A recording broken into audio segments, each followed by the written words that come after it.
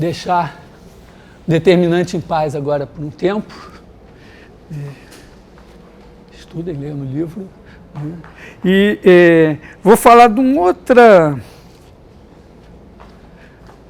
outra história que tem um pouco a sua origem nos números complexos. Como já falei para vocês, é por volta de 1800 que a gente vai ter uma interpretação dos números complexos como pontos do plano. E aí tem várias pessoas que mexeram com isso. Talvez o mais famoso é o Gauss, embora ele nem tenha sido aparentemente o primeiro, mas eram tempos, não tinha internet, WhatsApp, nada disso. As notícias demoravam, às vezes décadas, às vezes séculos, para correrem o mundo, né? Então, um dos caras que entenderam essa coisa da relação dos números complexos com os pontos do plano é um irlandês chamado Hamilton. Vou botar aqui o Sir William Rowan Hamilton. Acho que ele é tão falado como Sir pelo seguinte: ele era um cara realmente brilhante, precoce, com 5 anos falava latim, grego, não sei o que, tá, era uma coisa assim, um fenômeno, né? E o Hamilton teve já era um cara muito famoso e teve uma espécie de uma reunião científica, uma coisa lá na Irlanda, e foi um representante do rei, né? E diz a história que lá no meio de uma solenidade, uma espécie de uma festa, ele puxou a espada, mandou o Hamilton se ajoelhar e sagrou o Hamilton cavaleiro lá diante de todo mundo. Então ficou assim mais famoso como Sir. Mas o Hamilton fez muitas coisas importantes em física, em matemática, mas ele teve uma certa obsessão que era, uma vez que ele entendeu que os números complexos eram pontos do plano, quer dizer, ele entendia assim, quer dizer, um número complexo é um par ordenado XY. Ele tinha essa coisa bastante clara. Então ele ficou obcecado pela seguinte ideia: se os números reais são os pontos da reta, os números complexos são os pontos do plano, deve ter números que representem os pontos do espaço, né, que generalizem os complexos. E ele ficou nessa obsessão e tal, e as contas não fechavam. E foram 10 anos assim, claro, fazia outras coisas na vida, né? Tinha filhos e tudo e tal, era um cientista importante, mas ele ficou com essa obsessão. E aí é uma história que ele mesmo relatou numa carta para um dos filhos dele. Um dia ele estava passeando assim de braços dados com a sua senhora lá em Dublin, né? E de repente veio a iluminação. E acho que ele tinha trabalhado tanto no negócio que ele não precisou nem parar para fazer nenhuma conta para entender. A ideia foi a seguinte: ele pensou, não, na verdade vai funcionar não se eu pensar os números tridimensionais, mas sim se eu pensar números tetradimensionais. E aí ele inventou o que ele chamou de quatérnios, que seriam números da forma t mais xi, isso aqui como um número complexo. Ele usava w, mas vou usar t porque lembra mais o tempo. T mais xi seriam os números complexos. Agora a gente acrescenta um yj mais um zk. Então seriam números assim, que teriam uma parte real, uma parte imaginária e mais 2 partes imaginárias que tem uma simetria perfeita aqui. Quer dizer, o que você teria é o seguinte: i ao quadrado igual a j ao quadrado igual a k ao quadrado, q igual a i, jk, que é igual a menos 1. Eu vou tentar explicar isso, não é tão evidente assim, mas para ele parece que isso foi tão evidente que ele pegou imediatamente, tirou o canivete do bolso, estava passando ali perto de uma ponte, foi lá num dos pilares da ponte e gravou essa fórmula. E dali ele foi direto para a Academia de Ciências anunciar que na próxima sessão ele ia fazer uma palestra sobre os quatérnios. Na verdade, aqui a ideia é assim, né, que você tem i ao quadrado, j ao quadrado e k ao quadrado seriam menos 1, E aí, o problema que era difícil fechar com, se parasse aqui, era o seguinte, I vezes J, acho que foi aí que ele inventou o K, né? I vezes J é K. E aí, como a simetria é perfeita, J vezes K é igual a I, e K vezes I é igual a J. Só que aí, repara, era uma ousadia para a época, né? Ele quer que a multiplicação seja associativa. A associatividade é uma coisa fundamental.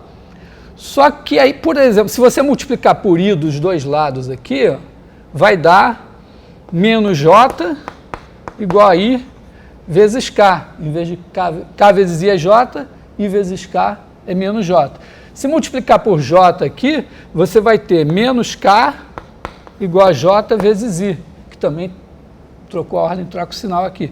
E aqui multiplicando por K, menos I é igual a K vezes J. E bom, se você multiplicar aqui por I dos dois lados, você vai ter IJK igual a I ao quadrado, que é menos 1. O que é interessante é, deixo como exercício para vocês, daqui deduzir essas coisas, supondo a associatividade. E aí, bom, Hamilton ficou bastante obcecado por isso, escreveu um tratado enorme sobre os quatérnios e tal. Para nós, eu vou tirar apenas um pequeno subproduto disso, que é o seguinte, né? Aos poucos foi se escrevendo assim, entendendo que, como se essa parte daqui é a parte vetorial,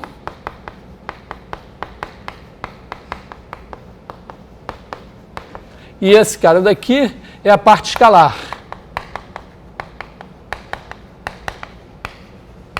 É como se um quatérnio fosse um elemento do espaço-tempo, por isso eu uso o T aqui. Tá? Então, esse aqui é escalar, e isso daqui é como se fosse um vetor. E, bom, você pode multiplicar quatérnios e tudo, né? Não tem problema. Mas o interessante é que, como subproduto disso, você pode multiplicar dois vetores. Se você pensar assim, ó, pega aqui U igual a x1i mais y1j mais e1k. V igual a x2i mais y2j mais e2k. Aliás, desvendando aqui o mistério por que os professores de física costumam representar os vetores no espaço com I, J e K. Bom, imagina que você faça o produto U vezes V. Então, você faz esse vezes esse, a ordem é importante, né? Então, a primeira coisa, você vai ter I com I, J com J, K com K, todos dando menos 1. Então, você vai ter aqui menos x1, x2, mais y1, y2, mais z1, z2. E agora mais uma parte, essa é a parte escalar, mais uma parte vetorial, que vai ser o seguinte, ó, quem que dá I? I é J vezes K. Então, a gente vai ter aqui y1, z2, menos y2, z1, né?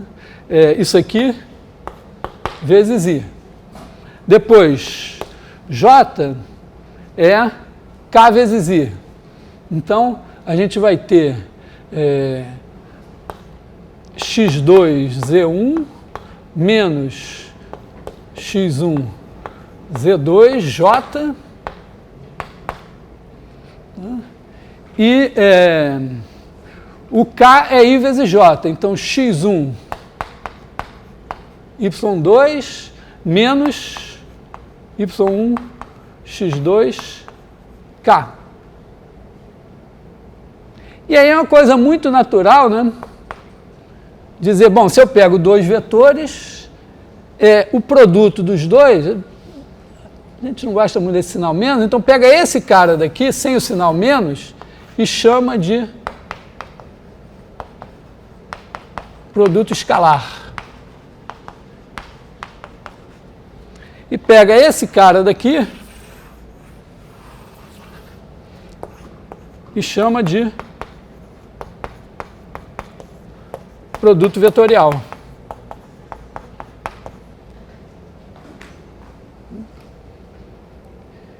Bom, produto escalar, o produto escalar ganhou uma vida própria, assim, porque um pouco antes do Hamilton, o Fourier tinha inventado um outro produto escalar, o integral e tal, que não chamava de produto escalar, mas e que demorou um tempo para se ver que era parecido. Tem um produto escalar em Rn que também seguiu seu curso separado, e lá no começo do século XX, esses produtos escalares todos foram unificados e viraram uma entidade autônoma super importante. Então, por isso, até nós já estudamos o produto escalar em separado. Mas, quer dizer, então, repara, para mim é fascinante o seguinte: produto escalar é uma coisa que eu defini logo no começo, né, de uma maneira geométrica, né? Norma de um vetor, vezes a norma do outro, vezes o cosseno do ângulo e tal, tem a ver com projeção e tal, mas a origem do produto escalar não tem nada de geométrico. O Fourier estava lá tentando entender a propagação do calor. E o Hamilton estava aqui numa punheta algébrica tentando generalizar os números complexos para uma coisa que fosse tridimensional, caiu numa tetradimensional e, como subproduto dessa história, tem aqui o produto escalar. Bom, então vamos olhar para o produto vetorial, tentar entender esse produto vetorial de maneira geométrica, né? De alguma maneira. Observa o seguinte,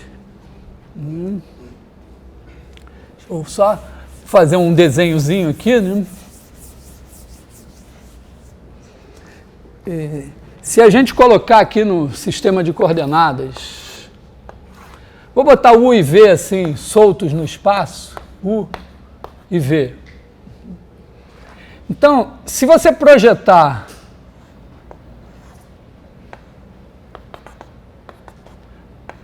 aqui no chão, né? Esse cara daqui aqui é o X, Y e Z. Então, o U aqui no chão vai ter x1, y1, 0. E aqui vai ter, o V vai dar x2, y2, 0.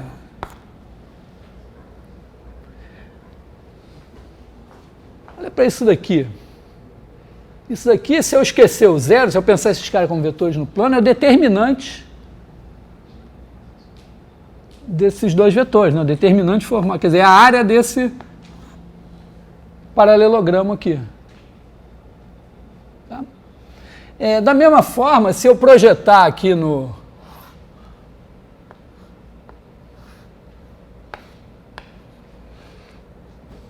plano YZ, esse cara daqui vai ser 0 no X, Y2, Z2. Esse daqui vai ser 0, X1, Z1.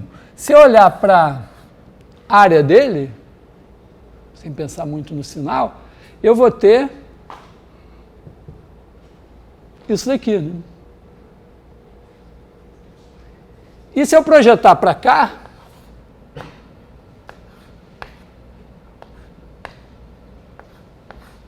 eu vou ter esse cara daqui, vai ter o Y0, né? Então aqui vai ser X2, 0, Z2, aqui vai ser X1, 0, Z1, e a área desse paralelogramo vai estar aqui, a menos do sinal, mas pensando assim. Quer dizer, tem alguma coisa geométrica talvez aqui, né? Quer dizer, eu pego, é como se eu dissesse assim, ó, eu pego esse paralelogramo formado pelos vetores U e V, aí olho para as projeções dele nos três planos coordenados e a área de cada uma das projeções dá cada uma das coordenadas do produto vetorial.